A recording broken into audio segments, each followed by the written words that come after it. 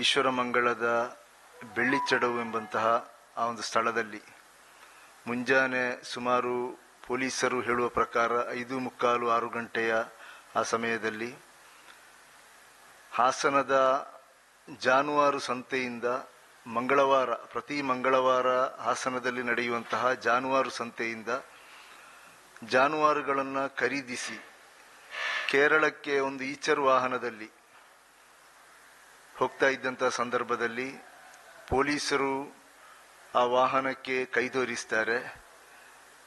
ಸಂಪ್ಯ ಠಾಣೆಯ ಪೊಲೀಸರು ಕೈ ತೋರಿಸ್ತಾರೆ. ಆದರೆ ಆ ವಾಹನ ನಿಲ್ಲಿಸದೆ ಅವರು ಹೋಗ್ತಾರೆ. ಅದು ಈಶ್ವರಮಂಗಳದಿಂದ ಸ್ವಲ್ಪ ಮುಂದೆ ಒಂದು 2 ಕಿಲೋಮೀಟರ್ನ ದೂರದಲ್ಲಿ ಕಾಣುತ್ತದೆ. ಅಲ್ಲಿ ಬೆಳ್ಳಿಚಡು ಆ ಭಾಗದಲ್ಲಿ ಹೋಗುವಾಗ ಈ ವಾಹನ ಸ್ಟಾರ್ಟ್ ಬಂದ್ ಆಗ್ತದೆ. ಆ ಸ್ಟಾರ್ಟ್ ಬಂದಾದ ನಂತರ ಪೊಲೀಸರು ಅದನ್ನು ಚೇಸ್ ಮಾಡಿ ಹಿಡಿಯುತ್ತಾರೆ. ಆ ಸಂದರ್ಭದಲ್ಲಿ ವಾಹನದಲ್ಲಿ ಇಬ್ರು ಇದ್ರು ಅಂತ ಹೇಳ್ತಾರೆ. ಒಬ್ರು ಓಡಿ ಹೋಗಿದ್ದಾರಂತೆ, ಮತ್ತೊಬ್ಬರ ಕಾಲಿಗೆ ಗುಂಡೇಟು ಬಿದ್ದಿದೆ. ಅಂದ್ರೆ ಪೊಲೀಸರು ಹೇಳುವ ಪ್ರಕಾರ ಅವರು ಓಡಿ ಹೋಗ್ಲಿಕ್ಕೆ ಪ್ರಯತ್ನ ಮಾಡುವಾಗ ಗುಂಡು ಹಾರಿಸಲಾಗಿದೆ ಅಂತ. ಇಲ್ಲಿ ಇದರ ಬಗ್ಗೆ ನಮಗೆ ಬಹಳ ಸಂಶಯ ಇದೆ. ಯಾಕೆಂತ ಹೇಳಿದ್ರೆ ಸಾಮಾಜಿಕ ಜಾಲತಾಣಗಳಲ್ಲಿ ಈಗಾಗಲೇ ಇದರ ಬಗ್ಗೆ ಬಹಳಷ್ಟು ಚರ್ಚೆಗಳಾಗ್ತಾ ಇದೆ. ಒಂದು ಗುಂಡೇಟು ಹಾಕುವಂತಹ ದೊಡ್ಡ ಪ್ರಕರಣ ಹೌದಾ ಅದು? ಆತ ಜಾನುವಾರುಗಳನ್ನು ವಾಹನದಲ್ಲಿ ತಂದಿದ್ದಾನೆ.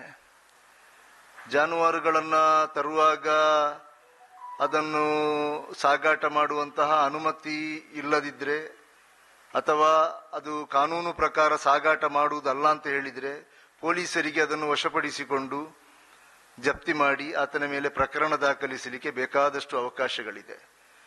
ಒಂದು ವೇಳೆ ಪೊಲೀಸರು ಹೇಳುವ ಪ್ರಕಾರ ಆತ ಓಡಿ ಹೋಗಿದ್ದಾನೆ, ಆಗ ನಾವು ಶೂಟ್ ಮಾಡಿದ್ದೇವೆ ಅಂತ ಹೇಳ್ತಾರೆ. ಅಲ್ಲಿ ಆ ಜಾನುವಾರುಗಳನ್ನು ವಶಪಡಿಸಿಕೊಳ್ಳಲಾಗಿದೆ. ಜಾನುವಾರುಗಳಿರುವಂತಹ ವಾಹನಗಳನ್ನು ರಿಕವರಿ ಮಾಡಿದ್ದಾರೆ. ಅದೇ ರೀತಿ ಆ ವಾಹನ ಕೂಡ ಈಚರ್ ವಾಹನ ಅದು ಕೂಡ ಪೊಲೀಸರ ವಶದಲ್ಲಿ ಬಂತು. ಈ ಸಂದರ್ಭದಲ್ಲಿ ಅವರನ್ನು ಆ ಆಧಾರದ ಮೇಲೆ ಬಂಧಿಸಲಿಕ್ಕೆ ಅಥವಾ ಅವರ ಮೇಲೆ ಕಾನೂನು ಕ್ರಮ ಕೈಗೊಳ್ಳಲಿಕ್ಕೆ ಬೇಕಾದಷ್ಟು ಅವಕಾಶಗಳಿದೆ. ಇದೆಲ್ಲವನ್ನು ಬಿಟ್ಟು ಅವರ ಕಾಲಿಗೆ ಶೂಟ್ ಮಾಡಿ ಅವರನ್ನು ಬಂಧಿಸಬೇಕಾದಂತಹ ಅಷ್ಟು ದೊಡ್ಡ ಅಪರಾಧ ಆ ವ್ಯಕ್ತಿ ಮಾಡಿದ್ದಾನಾ? ನಮ್ಮ ಒಂದನೇ ಪ್ರಶ್ನೆ ಅದು.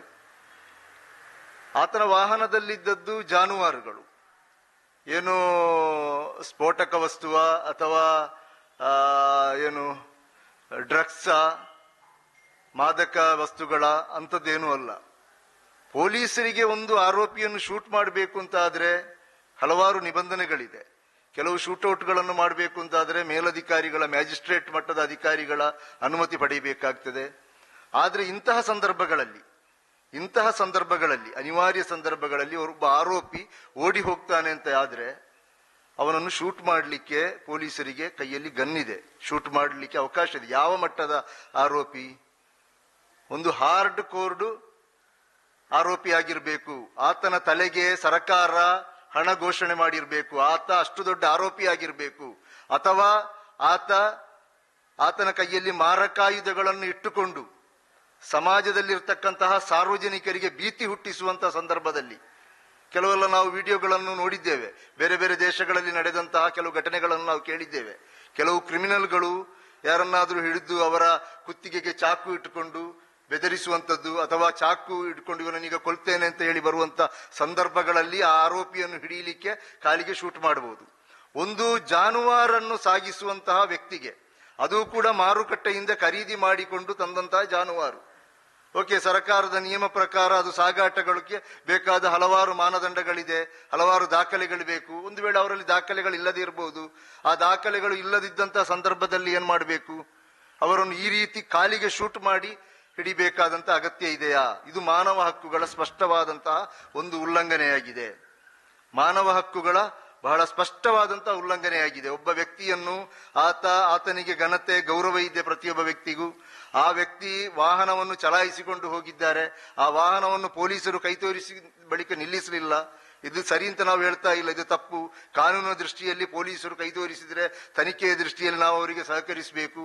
ಹಾಗೆಂತ ಹೇಳಿ ಇವರು ಗುಂಡು ಹಾರಿಸ್ತಾರೆ ಅಂತ ಹೇಳಿದ್ರೆ ಎಲ್ಲಾ ಪೊಲೀಸ್ ಅಧಿಕಾರಿಗಳ ಹತ್ರವೂ, ಎಲ್ಲಾ ಏನು ಅಸಿಸ್ಟೆಂಟ್ ಸಬ್ ಇನ್ಸ್ಪೆಕ್ಟರ್ಗಳ ಹತ್ತಿರ, ಸಬ್ ಇನ್ಸ್ಪೆಕ್ಟರ್ಗಳ ಹತ್ರ ಅಥವಾ 2 ಸ್ಟಾರ್ ಹೊಂದಿರುವಂತಹ ಸಬ್ ಇನ್ಸ್ಪೆಕ್ಟರ್ಗಳ ಮೇಲಿನ ಅಧಿಕಾರಿಗಳಿಗೆಲ್ಲ ಪಿಸ್ತೂಲ್ ಕೊಟ್ಟಿರ್ತಾರೆ ಸರ್ಕಾರ, ಅಥವಾ ಬೇರೆ ಬೇರೆ ರೀತಿಯಾದಂತಹ ಶಸ್ತ್ರಾಸ್ತ್ರಗಳು, ಅದಾದದು ಗನ್ ಇರ್ತದೆ, ಬಂದೂಕುಗಳಿರ್ತದೆ, ಇದನ್ನು ಕೊಟ್ಟಿರ್ತಾರೆ. ಇವರು ಎಲ್ಲರನ್ನು ಇದೇ ರೀತಿ ಶೂಟ್ ಮಾಡ್ತಾ ಇದ್ರೆ ಈ ಸಮಾಜದ ಪರಿಸ್ಥಿತಿ ಏನಾಗ್ಬಹುದು? ಇದನ್ನು ಒಪ್ಪಿಕೊಳ್ಳಲಿಕ್ಕೆ ಈ ನಾಗರಿಕ ಸಮಾಜಕ್ಕೆ ಸಾಧ್ಯ ಇಲ್ಲ. ಈಗಾಗಲೇ ಇದರ ಬಗ್ಗೆ ಬಹಳಷ್ಟು ಸಂಶಯಗಳು ಬರ್ತಾ ಇದೆ. ಯಾಕೆ ಅಂತ ಹೇಳಿದ್ರೆ ಈ ಶೂಟೌಟ್ಗಳು, ಈ ದೇಶದಲ್ಲಿ ಹಲವಾರು ಶೂಟೌಟ್ಗಳು, ಗೋಲಿಬಾರ್ಗಳು, ಫೈರಿಂಗ್ಗಳು ಆದಂತಹ ಹಿನ್ನೆಲೆಯಲ್ಲಿ ಹುಡುಕ್ತಾ ಹೋದ್ರೆ ಅದರ ಹಿನ್ನೆಲೆಯಲ್ಲಿ ಹಲವಾರು ಸಂಶಯಗಳು ಹುಟ್ಟಿಕೊಂಡದ್ದು ನಮಗೆ ಕಾಣಲಿಕ್ಕೆ ಸಾಧ್ಯವಾಗ್ತದೆ. ಹಲವಾರು ಸಂಶಯಗಳಿದೆ ಬೇರೆ ಬೇರೆ ಸಂದರ್ಭಗಳಲ್ಲಿ. ಆದ ಕಾರಣ ಈ ಒಂದು ಫೈರಿಂಗ್ ಆದಂತ ಘಟನೆಯನ್ನು ನಾವು ಬಹಳ ಗಂಭೀರವಾಗಿ ತೆಗೆದುಕೊಂಡಿದ್ದೇವೆ. ಸರ್ಕಾರ ಇದನ್ನು ಉನ್ನತ ಮಟ್ಟದ ಒಂದು ತನಿಖೆ ನಡೆಸಬೇಕು. ಇಲ್ಲಿನ ಪೊಲೀಸ್ ವರಿಷ್ಠಾಧಿಕಾರಿಗಳು ಮೊನ್ನೆ ಪತ್ರಿಕಾ ಹೇಳಿಕೆಯನ್ನು ಕೊಡುವಾಗ ಅವರೊಂದು ಹೇಳಿಕೆ ಕೊಟ್ಟರು, ಪೊಲೀಸರ ಮೇಲೆ ದಾಳಿ ಮಾಡಲಿಕ್ಕೆ ಬಂದ ಕಾರಣ ಪೊಲೀಸರು ಫೈರಿಂಗ್ ಮಾಡಿದ್ದಾರೆ ಅಂತ. ಒಬ್ಬ ಭಯಭೀತನಾಗಿ ಒಂದು ವಾಹನ ಓಡಿಸಿಕೊಂಡು ಹೋಗುವಂತಹ ಒಬ್ಬ ವ್ಯಕ್ತಿ ಪೊಲೀಸರಿಂದ ತಪ್ಪಿಸಿಕೊಂಡು ಇನ್ನೇನೊಂದು ಅರ್ಧ ಕಿಲೋಮೀಟರ್ 1 ಕಿಲೋಮೀಟರ್ ಹೋದ್ರೆ ನನಗೆ ಕೇರಳ ಆಗ್ತದೆ, ಅಲ್ಲಿ ನನ್ನನ್ನು ಏನು ಮಾಡುವುದಿಲ್ಲ ಅಂತ ಹೇಳುವಂತ ಧೈರ್ಯದಿಂದ ಆತ ಹೋಗಿರ್ಬೋದು. ಅಂತ ಒಬ್ಬ ವ್ಯಕ್ತಿ ಪೊಲೀಸರು ಅಡ್ಡ ಬರುವಾಗ ಅವರು ಚಾಕು ತೆಕೊಂಡು ಅಥವಾ ಮಾರಕಾಯುಧ ತೆಕೊಂಡು ಪೊಲೀಸರ ಮೇಲೆ ದಾಳಿ ಮಾಡ್ತಾರೆ ಅಂತ ಹೇಳಿದ್ರೆ ಎಂತಹ ಒಬ್ಬ ಲಾರಿ ಓಡಿಸುವವನಿಗೆ ಗೊತ್ತಿರ್ತದೆ ಪೊಲೀಸರ ಬಳಿ ಗನ್ನುಗಳಿರ್ತದೆ, ಲಾಠಿಗಳಿರ್ತದೆ, ಅವರಲ್ಲಿ ಜನ ಇರ್ತಾರೆ, 3-4 ಮಂದಿ ಸಿಬ್ಬಂದಿಗಳಿರ್ತಾರೆ. ಅವರು ಆರೋಪಿಯನ್ನು ಅಥವಾ ತಪ್ಪಿಸಿಕೊಳ್ಳುವವನನ್ನು ಯಾವ ರೀತಿಯಲ್ಲಿ ಹಿಡಿಯಬಹುದು ಅಂತ ಹೇಳುವಂತಹ ಒಂದು ಏನು ದೈಹಿಕ ತರಬೇತಿಗಳು ಅವರಿಗೆ ಇರ್ತದೆ. ಆದ ಕಾರಣ ನಾವು ಕತ್ತಿ ಹಿಡ್ಕೊಂಡು ಹೋದ್ರೆ ಅದು ಸಾಧ್ಯ ಇಲ್ಲ ಅಂತ ಹೇಳುವಂಥದ್ದು ಎಷ್ಟು ದೊಡ್ಡ ಕ್ರಿಮಿನಲ್ಗೂ ಕೂಡ ಗೊತ್ತಿರುವಂತ ಒಂದು ವಿಚಾರ. ಆದ್ರೆ ಪೊಲೀಸ್ ವರಿಷ್ಠಾಧಿಕಾರಿಗಳು ಈ ಮಾತನ್ನು ಹೇಳಿದ್ರು. ಬಹುಶಃ ಸ್ಥಳೀಯ ಮಟ್ಟದ ಪೊಲೀಸ್ ಸಿಬ್ಬಂದಿಗಳು ಕೊಟ್ಟಂತಹ ವರದಿಯ ಆಧಾರದಲ್ಲಿ ಅವರು ಈ ಮಾಹಿತಿಯನ್ನು ಹೇಳಿರ್ಬೋದು. ಆದ್ರೆ ಈ ಮಾಹಿತಿ ಇವತ್ತು ಸಾಮಾಜಿಕ ಜಾಲತಾಣಗಳಲ್ಲಿ ಬಹಳ ಚರ್ಚೆ ಆಗ್ತಾ ಇದೆ. ಒಂದನೇದು. ಎರಡನೇದು, ಪೊಲೀಸ್ ವಾಹನಕ್ಕೆ ಡಿಕ್ಕಿ ಹೊಡೆದಿದ್ದಾರೆ ಅಂತ ಹೇಳುವಂತಹ ಒಂದು ಮಾಹಿತಿ ಬರ್ತಾ ಇದೆ. ಪೊಲೀಸ್ ವಾಹನಕ್ಕೆ ಡಿಕ್ಕಿ ಹೊಡೆದರೆ, ಒಂದು ಈಚರ್ ಟೆಂಪೋ ಡಿಕ್ಕಿ ಹೊಡೆದರೆ ಆ ಪೊಲೀಸ್ ವಾಹನ ಸಂಪೂರ್ಣವಾಗಿ ಚಿಕ್ಕ ವಾಹನ, ಬೊಲೆರೋ ವಾಹನ, ಅದು ಇದಾಗಬಹುದು, ಡ್ಯಾಮೇಜ್ ಆಗ್ತದೆ. ಆದ್ರೆ ಅಂತ ಡ್ಯಾಮೇಜ್ಗಳು ಯಾವುದು ಕಾಣ್ತಾ ಇಲ್ಲ. ಒಂದು ಬ್ರೇಕ್ ಲೈಟ್ ಮಾತ್ರ ಓಪನ್ ಆದಂತ ಘಟನೆಯಲ್ಲಿ ಕಾಣ್ತಾ ಇದೆ.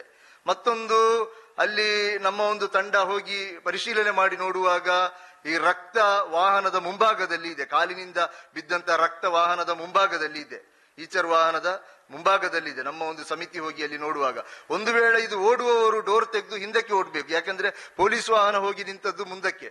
ಅಂದ್ರೆ ಈ ಎಲ್ಲ ಘಟನೆಯನ್ನು ಇಟ್ಟುಕೊಂಡು ನೋಡುವಾಗ ಒಂದು ಸಂಶಯ ನಮಗೆ ವ್ಯಕ್ತವಾಗ್ತಾ ಇದೆ. ಇದರ ಹಿನ್ನೆಲೆಯಲ್ಲಿ ಏನೋ ಒಂದು ನಿಗೂಢತೆ ಇದೆ, ಅಥವಾ ಪೊಲೀಸ್ ವರಿಷ್ಠಾಧಿಕಾರಿಗಳಿಗೆ ಕೊಟ್ಟಂತಹ ಮಾಹಿತಿಯಲ್ಲಿ ಏನೋ ಒಂದು ತಪ್ಪಾಗಿರ್ಬೋದು. ಆದ ಕಾರಣ ದಕ್ಷಿಣ ಕನ್ನಡ ಜಿಲ್ಲೆಯ ಮಾನ್ಯ ಪೊಲೀಸ್ ವರಿಷ್ಠಾಧಿಕಾರಿಗಳಾದಂತಹ ಡಾಕ್ಟರ್ ಕೆ ಅರುಣ್ ಕುಮಾರ್ ಅವರು ಒಳ್ಳೆಯ ದಕ್ಷ ಪ್ರಾಮಾಣಿಕ ಅಧಿಕಾರಿ, ಬಹಳ ಖಡಕ್ ಅಧಿಕಾರಿ. ಇದನ್ನು ಉನ್ನತ ಮಟ್ಟದ ಅಧಿಕಾರಿಗಳಿಂದ ಏನು ತನಿಖೆ ನಡೆಸಿ ಈ ಸತ್ಯಾಸತ್ಯತೆಯನ್ನು ಬಯಲಿಗೆಳೆಯಬೇಕು.